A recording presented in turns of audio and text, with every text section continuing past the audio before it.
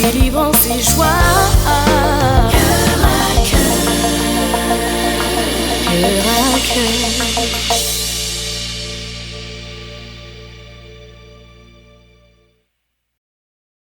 Bonjour et bienvenue à tous nos amis de Cœur à Cœur. Aujourd'hui, nous parlons de l'amertume, être libéré de l'amertume. L'amertume, un poison qui tue, qui brise notre âme, qui tue notre âme, un poison qui infecte les personnes autour de nous et qui nous infecte nous premièrement avant d'infecter les autres personnes. Alors directement, nous allons dans la parole de Dieu dans Hébreux 12, le verset 15 qui dit « Veillez à ce que personne ne se prive de la grâce de Dieu et qu'aucune racine d'amertume poussant des rejetons ne produise du trouble et que plusieurs n'en soient infectés. » Nous parlons de cela aujourd'hui avec notre invité Wilny Alexandre. Wilny, bonjour et bienvenue. Bonjour, merci. Comment vas-tu, Wilny? Bien, merci, par la grâce de Dieu. Bon, bienvenue sur ce plateau. Wilny, à une époque de ta vie, tu connais de la trahison, tu connais beaucoup de déceptions dans ton mariage et tu as développé de l'amertume. Oui. Est-ce que tu peux nous livrer ton témoignage? Oui, en effet. En fait, cela remonte, j'ai déjà été aussi fiancée. Donc, cette déception a été refoulée dans mon cœur. En fait, lorsque j'étais mariée encore, donc c'est ressorti avec toute l'ampleur qui est venue en amertume. Donc, alors, avec le divorce et tout ça, ça a entraîné la colère profonde en moi et ça a entraîné aussi le dégoût. Donc, aussi la fermeture de moi-même. Donc, c'est toute une carapace que je me suis moi-même, en tout cas, par rapport à l'humeur malade que je me suis dit qui s'est créée en moi. Donc, c'est ça. Dans mon couple, il y avait beaucoup de problèmes. Donc, qui a amené vraiment à la déception, au divorce et tout. Donc, l'amertume est venue s'installer en moi par rapport à tous ces événements qui sont arrivés du passé et jusqu'au mariage. Justement, les conséquences de ce divorce, c'est que tu me disais que tu as développé de la... En fait, tu ne savais pas que tu avais développé de l'amertume, tu l'as su plus tard, mais il y a eu de la trahison, tu t'es senti humiliée, tu t'es senti brisée en toi-même. Oui. Je me suis sentie comme trahie en fait, parce que moi, en fait, après ce que j'avais eu antérieurement, donc le fiançailles n'avait pas fonctionné et tout, donc encore une marque de trahison et de déception. Donc je ne m'attendais pas aussi à faire à rentrer encore dans ce niveau, dans cette partie encore d'être trahi. Donc ça a emmené encore la colère plus profonde en moi, parce que dans le couple, on s'attend toujours que ce soit un mariage qui soit réussi, il y a les enfants aussi, donc c'est pas ce que je m'attendais. Donc c'est ce qui a emmené vraiment une profonde humiliation et de colère profonde et vraiment à repenser, de regrets aussi par rapport à tout le passé. Et ça s'est enfoulé en moi. Donc le premier s'est enfoulé au niveau du fiançailles. Donc en faisant le pas de mariage encore, ça s'est refoulé, mais c'est devenu encore plus profond. Donc comme un poison. Et jusque-là, tu ne sais pas que tu as de l'amertume, mais tu continues à vivre ta vie, tu as ces sentiments de colère, tu es réservé, tu t'isoles, mais tu ne sais pas que c'est de l'amertume. Jusqu'à ce que Dieu mette l'accent sur le bobo, que Dieu dise c'est de l'amertume. Oui. En fait, moi, comme j'étais occupée avec les enfants, j'étais mère seule avec les enfants, donc j'allais à l'école, emmener les enfants à l'école, la garderie, le travail. Donc, dans notre train-train de quotidien, on se dit, les couples vivent toujours la même chose, des chicanes, des colères par-ci, ça fait partie du mariage. Mais à un moment donné, à force de l'accepter, ça devient une personnalité qu'on se développe. Donc, c'est un autre Wilny qui s'était formé en moi que je n'ai pas découvert parce que j'étais tellement toujours occupée. Mais à chaque fois que je me rendais seule dans ma chambre, c'est là que ça revenait. Ça revenait, la colère, l'humiliation, le pourquoi, le regret. Et je recommençais toujours mon train-train sans savoir le pourquoi. Donc, on peut vivre de l'amertume, on peut avoir de l'amertume sans savoir qu'on a de l'amertume. Comment est-ce qu'on peut expliquer ça? Exactement. Comme je disais, la plupart du temps, comme moi j'étais très occupée, donc je me disais la société vit ces choses. Dans les couples, il y a toujours des chicanes et ça se rétablit. Les couples qui finissent par divorcer, c'est parce qu'il y en a un qui est... On se met toujours des préjugés, c'est tout. Donc on accepte le fait de ce qui nous est arrivé. Mais en acceptant, il y a d'autres choses qui viennent. Surtout, moi j'avais déjà une blessure antérieurement. Donc je ne savais pas que je vivais parce que j'étais toujours occupée, toujours occupée. Et en même temps de toutes ces blessures, je me suis créé une personnalité moi-même. Je me suis créé un autre Winnie. Donc, j'ai laissé aller. Laisser aller, ça veut dire que je me suis laissé aller comme dire que, bon, finalement, là, tout ce que je vis, là, c'est normal. La société vit ça.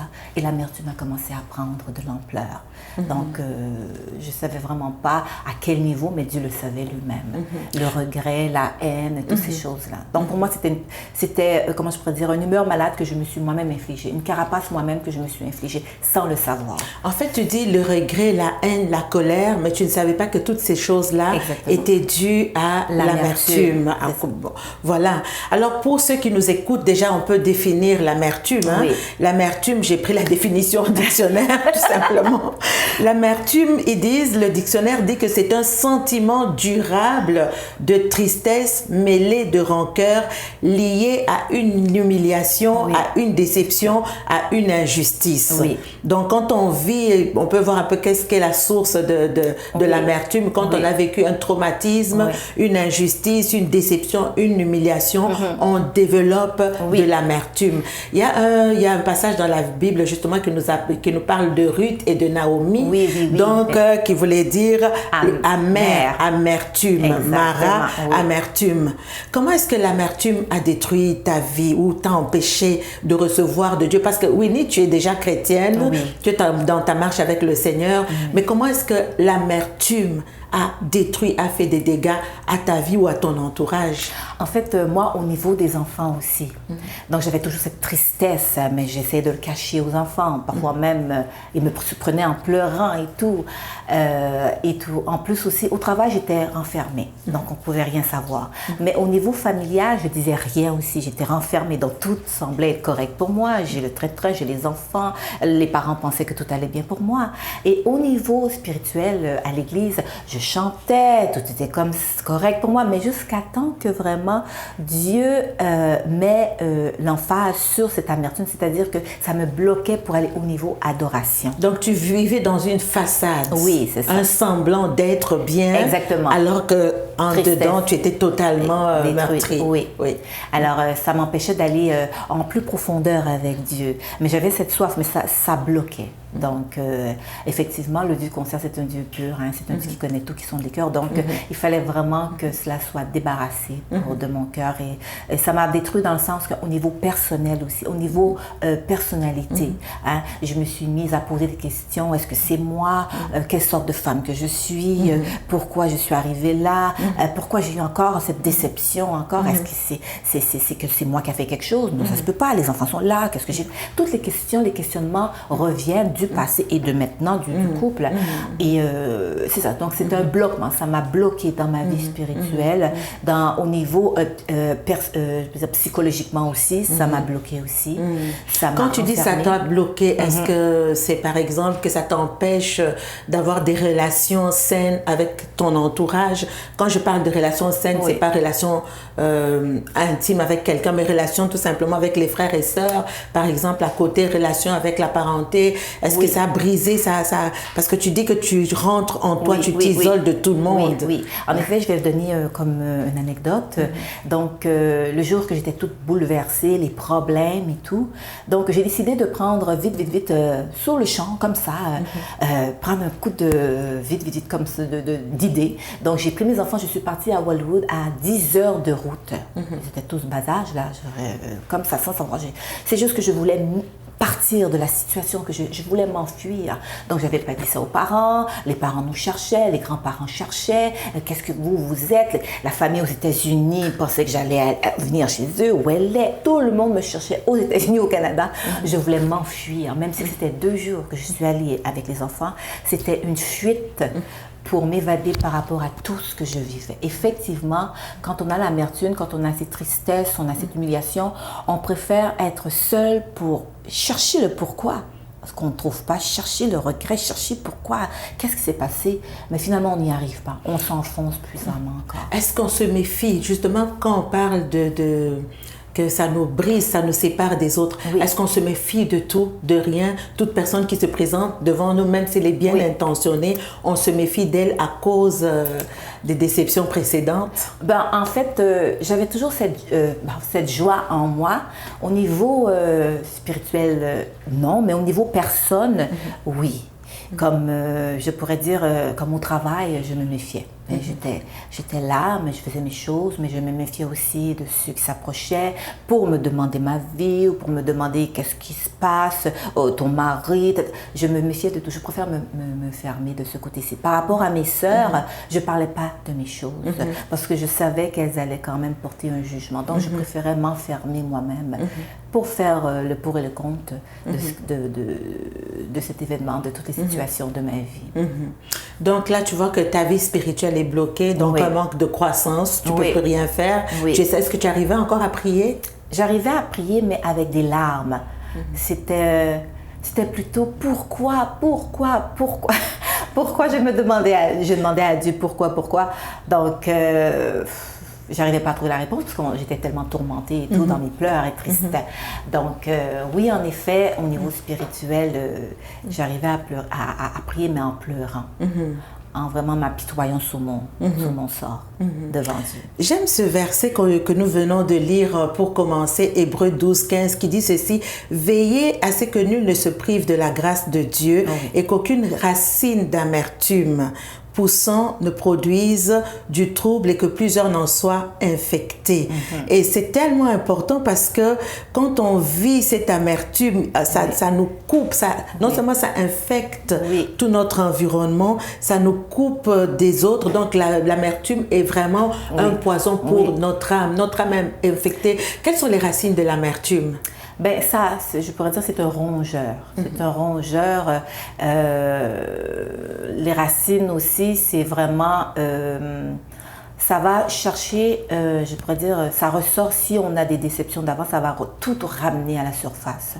Donc, ça va ramener tout ce qui était caché. Tout ce qui était caché, ça va ramener, comme moi j'avais la première déception, donc ça m'a tout ramené.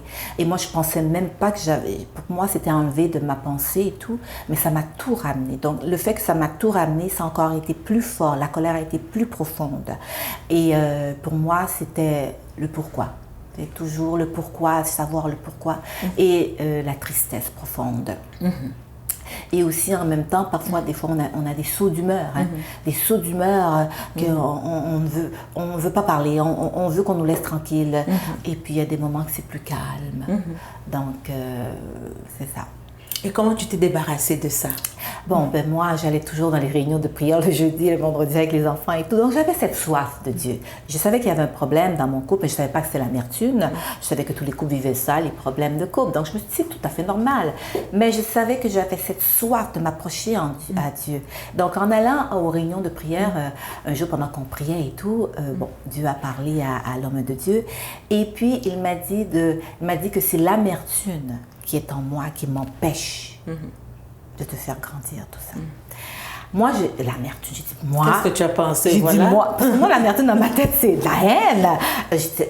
Dans l'amertume, il y a beaucoup de synonymes, beaucoup de mots. Donc, j'ai dit, moi, haïr quelqu'un, c'est pas possible. J'ai nié. C'est comme, c'est ça, c'est une humeur malade. Donc, psychologiquement, j'ai nié, j'ai dit, non, c'est pas possible. Mais en rentrant chez moi, j'ai commencé à faire une introspection. C'est ça, à visiter ton âme. D'avoir, je vais pas à l'église pour rien, j'ai soif de Dieu, mais s'il me dit ça, c'est parce que je dois... Qu'est-ce qui s'est passé? Est-ce que c'est vrai? Est-ce que c'est vrai que quand je pense à lui, j'ai les cheveux qui frisent et tout ça, et à rentrer en moi-même, à regarder, est-ce que moi aussi j'ai un tort là-dedans? Qu'est-ce qui s'est passé? Pourquoi je suis rendue là? Et s'il me demande pardon, est-ce que je peux le pardonner? Pourquoi je ne peux même pas le sentir? J'ai la dégoûtance. Alors, toute l'introspection en moi, c'est fait. Par rapport à un seul mot que Dieu a mis son doigt dessus, dans mon cœur en fait, ils sont les cœurs. Donc de là, j'ai commencé ça a pris un peu de temps, mais j'ai commencé à petit, Seigneur, aide-moi à pardonner. Lave-moi, lave mon cœur, j'ai besoin. Enlève toute l'amertume du passé, de maintenant dans mon cœur. Aide-moi à être une bonne mère pour mes enfants, parce que c'était ça qui était la priorité pour moi. Et puis, aide-moi à être capable de pardonner. Hein? Donc, c'était la base. C'était vraiment, pas la base, mais c'était le but, la priorité première que j'avais, de pardonner. En fait, c'était la clé principale qui allait te libérer. Exactement. Donc, j'en avais besoin. Donc, tout le temps que je pleurais à Dieu, c'était ça. Mais il fallait que Dieu touche l'homme de Dieu pour me le dire. Alors, quand on crie à Dieu, on se demande pourquoi, mais Dieu envoie la réponse. Mais il faut soit obéir, soit on la rejette, soit on l'accepte. Alors, c'est à nous de prendre le bon choix, de faire le bon choix pour notre délivrance, en fait. Ça revient à ce que Dieu dit, pardonne-nous nos offenses, comme nous pardonnons aussi à ceux qui nous ont offensés. Parce que quand tu as développé cette amertume, toi également, tu as offensé Dieu. Oui, effectivement. Parce que la colère, la haine, l'impatience et toutes ces choses-là, ça a offensé également Dieu. Mais pour que la relation soit restaurée, la clé, c'est le pardon. Et puis moi-même... Est-ce que ça a été facile de pardonner? Ça a été... pas facile, ça a été petit à petit, parce que c'était pas stable, donc je pouvais pas le voir toujours, on se parlait pas au téléphone. Quand il venait prendre les enfants, je préférais rester à l'écart. Donc, depuis que les enfants sont heureux, hein, donc moi, je restais à l'écart. Ça m'a pris un bon 3 ans, vraiment, là, de lui dire, tu sais, je te pardonne et tout. Et puis si on fait la paix, hein, pour les enfants et tout. Donc, ça m'a pris un bon 3 ans, vraiment, de lavement, que Dieu vraiment installe sa paix en moi, qu'il me donne la paix, la joie, et que finalement c'est dans le pardon, hein, c'est la clé. Donc pour avoir tout ça, il a fallu que je pardonne. Ça m'a pris un bon 2 ans et demi vraiment d'introspective et de savoir vraiment... Est-ce que tu peux dire aujourd'hui, oui, Wilny, je suis délivrée de l'amertume? Oui, je suis délivrée parce que je connais vraiment le mot amertume. Et non, je suis délivrée, je suis complètement délivrée, je suis une autre femme maintenant. Et puis, en fait, quand on passe dans ces situations, dans cette expérience, on ne veut plus retourner en arrière. Donc, le but que Dieu nous a délivrés, c'est pour aller en avant et non retourner en arrière. Donc, là où je suis rendue avec Dieu, c'est pour aller devant, c'est pas pour aller... Parce que l'amertume aurait détruit toute ma façade psychologiquement, je veux dire, en tant que personne, le corps aussi. L'amertume peut emmener la maladie aussi, détruire le corps aussi. Hein? Exactement, parce que c'est un poison, ça empoisonne le corps. Il y a des maladies psychosomatiques qui viennent justement de l'amertume, la haine. La haine, ça dévore. Donc, je ne t'ai pas rendu à ce point de haine, de dévore ça, bon, mais toutes les autres synonymes qui sont à tristesse et tout, culpabilité, ça ronge. Ça tue, en fait. Ça tue. Et ça change le visage aussi, ça change le corps aussi. Donc, c'est ça. Non, je suis là où je suis rendue avec Dieu, là, je continue. Je laisse faire derrière, c'est fini le passé, que je suis qu'une nouvelle femme, en adoration, surtout avec Dieu. Donc, dans la prière, dans l'adoration, c'est là que je trouve la joie, vraiment, et la paix. Willy, tout à l'heure, un peu plus tôt, tu disais que ça t'avait bloqué au niveau spirituel, ça t'avait bloqué... disons qu'on parlerait au niveau spirituel, par exemple, dans ton ministère, dans ton service. Comment est-ce que ça te bloquait d'avancer? Parce qu'au niveau adoration, au niveau, les dons aussi, au niveau service, l'évangélisation, on peut pas aller évangéliser, dire Jésus t'aime, demande pardon, Dieu va te libérer quand toi, tu peux pas pardonner. Et au niveau enfant familial, moi aussi, en étant libérée, je pouvais dire aux enfants, on pardonne à papa. Hein? Alors, toutes ces choses, c'est un travail, comme je dis, un bon 2 ans, là, un travail qui s'est fait au niveau de la parole, au niveau de l'étude biblique, qui s'est fait en moi, qui a fait que j'ai pu vraiment être libérée. Et ça m'a bloquée dans le sens que si je n'aurais pas pardonné, je n'aurais pas pu faire tous ces services pour Dieu. Je n'aurais pas pu rentrer dans son œuvre. Je n'aurais pas pu prier comme une femme vraiment, là, pour mon foyer. Je n'aurais pas pu entrer dans l'adoration vraiment avec Dieu. Il n'aurait pas permis aussi lui-même. Il aurait fallu qu'il me nettoie complètement et c'est ce qui est arrivé. Donc, c'est ça. Et j'aime bien ce que tu dis parce qu'une personne blessée blesse. Oui. une personne meurtrie va meurtrir les autres. Donc c'est impossible de servir les autres quand on n'a pas nous-mêmes été délivrés. Est-ce que tu as expérimenté ça? Parce que sinon on blesse continuellement et plus on blesse l'autre, plus il y a un isolement, plus l'autre s'écarte et le fossé devient de plus en plus profond. Et c'est ça que l'ennemi veut faire. Il veut nous isoler pour mieux nous détruire. Et à ce moment-là, c'est au niveau des pensées vraiment que tout se passe, psychologiquement. Moi, je peux dire que quand même, j'ai pas laissé à ce point-ci que l'ennemi me mette, comment je pourrais dire, dans un coin pour me complètement mettre à la morgue, là. Mais ça aurait pu. Si j'aurais pas pris, quand Dieu a dit, voilà, l'amertume est là, c'était mon choix de dire, OK, Seigneur, lave-moi, aide-moi à faire ce deuil, à me nettoyer, à m'approcher de toi. Ou j'aurais pu continuer de dire, moi, je renie. Et là, ça m'aurait complètement détruit. Et effectivement, si ça m'aurait détruit, et si j'aurais laissé ça, ça aurait pu empoisonner mes enfants aussi. Les blesser, la façon que j'aurais pu être avec eux, et ça aurait affecté l'école, et tout ça. Et tout de suite, Dieu, dès que j'ai relâché le pardon, même avant ça, parce que je faisais mon cheminement vers le pardon et tout, Dieu était en train d'encaisser, comme je pourrais dire, prendre le contrôle de mon foyer, de m'aider avec les enfants. Donc, il était là. Il savait le lot que j'avais. Petit à petit, j'y allais avec la confiance, la foi que je mettais en lui. Donc, j'acceptais que j'avais l'amertume. C'est une maladie que je devais traiter, que Dieu était là pour m'aider. Il est le docteur. Donc, il me donne le remède, je le prends. Si je ne le prends pas, c'est moi qui est détruit, et toute ma famille, mes enfants et tout. Donc, non, effectivement, si je n'avais pas crié à Dieu, si je n'avais pas accepté la potion qu'il me donne, la guérison qu'il me donne, qui est le pardon, la clé, j'aurais pu détruire mes enfants. Et te détruire davantage. Et j'aime ce que tu dis, pour ceux qui nous écoutent, tu as le choix. Parce que Dieu dit, il met devant nous la vie et la mort. Choisis la vie. Donc, tu as le choix d'accepter la solution de Dieu, de pardonner, même quand ça fait très mal, ou tu as le choix de continuer à te meurtrir. Exactement. Et de continuer à infecter, de t'isoler. Et là, ça laisse une grande porte justement au malin pour mieux te détruire. Aujourd'hui, plusieurs refusent de pardonner, Wilny. Le pardon est une décision. Est une décision qu'on prend d'abord seul avec Dieu. Je pardonne, on fait la démarche, on pardonne comme toi tu as fait la démarche avec l'autre. Mais aujourd'hui, il y a des gens qui disent « je refuse de pardonner ». Qu'est-ce que tu peux donner comme message d'encouragement aujourd'hui à quelqu'un qui a été trahi? Les trahisons sont multiples. Dans ton cas, c'était de l'adultère. Winnie, tu ne l'as pas dit tout à l'heure, si je peux le dire, on en a parlé. C'est que tu as surpris en adultère. Ça, c'est terrible. Parce qu'il y a un besoin d'être de guérison vraiment. Vraiment, c'était vraiment... moi, il devait complètement casser, comme je disais, casser mon casque. J'étais effondrée. Vraiment, là, j'étais rendue une femme à terre. J'étais là encore, mais en esprit, j'étais pas là. Comme on dit, le corps est là, mais l'esprit, c'est pas là. Donc, vraiment, j'avais besoin vraiment de renouvellement, de guérison totale. Donc, je dirais aux femmes ou aux hommes aussi qu'ils ont de l'amertume présentement. L'amertume, comme on dit, c'est un poison, ça ronge. Parfois, on ne le sait pas, ça vient petit à petit, comme une petite pierre qu'on lance dans l'eau. C'est-à-dire, oh, j'ai une petite colère contre cette personne-là. Oh, je ne peux pas voir cette personne. Oh, je ne peux pas la sentir. Et si on ne se repent pas, on ne demande pas pardon à Dieu, ça devient comme... De plus en plus, ça devient. Chaque fois qu'on voit la personne en face de nous, mais ça augmente, qui fait qu'on devient englouti par cette amertume.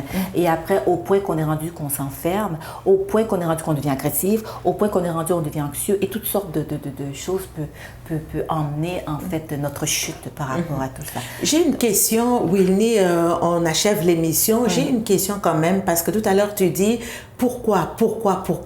En fait, quand on pose cette question, pourquoi, c'est comme si on l'a posée à Dieu, ou qu'on disait à Dieu, mais pourquoi tu as permis? Tu n'avais pas vu ça? Pourquoi tu as fait ça? Est-ce qu'on peut développer de l'amertume par rapport à Dieu? Par rapport à Dieu, moi, je ne l'ai jamais développé. Sans le savoir. Mais il ne m'a jamais dit que c'était contre lui. C'est ça le problème. On chante. Il ne m'a jamais dit que c'était contre lui. Mais non, parce que Dieu était comme un bouée de sauvetage pour moi. Sans le savoir, c'est comme...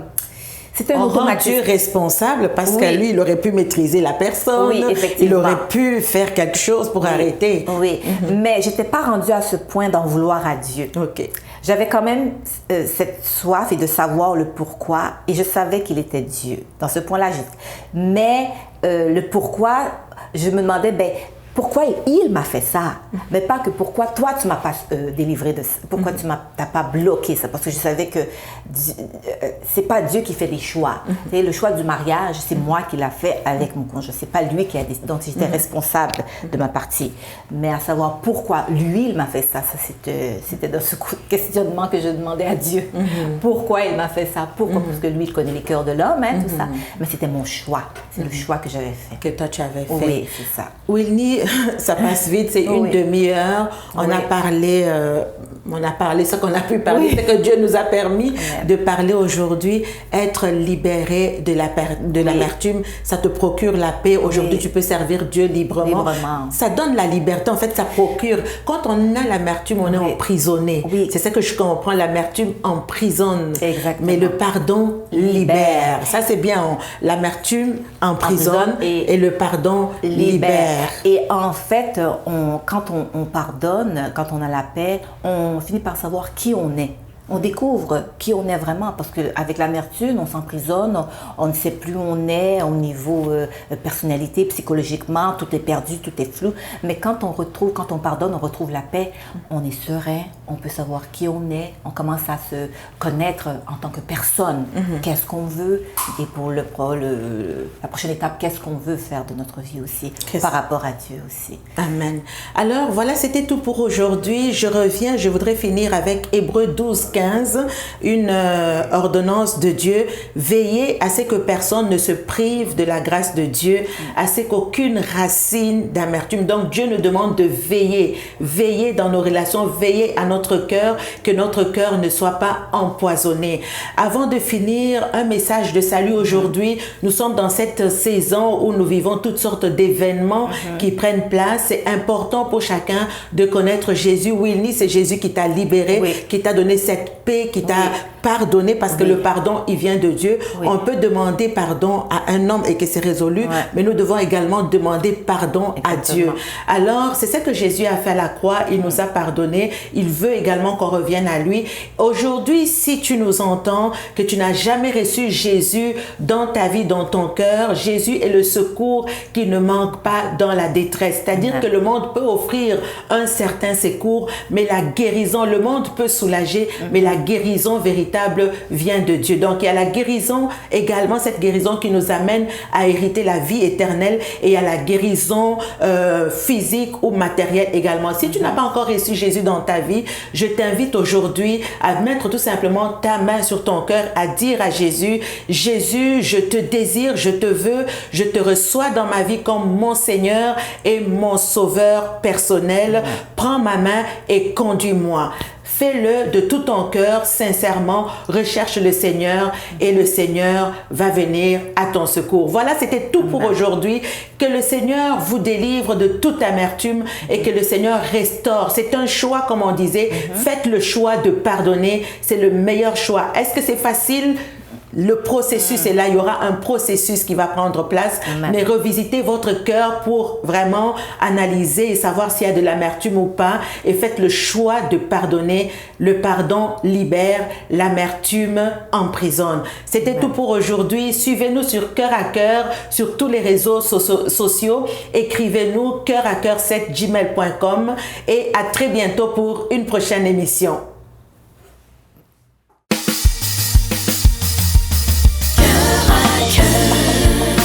Témoignage puissant, cœur à cœur, consolation, transformation, cœur à cœur, délivrance et joie, cœur à cœur,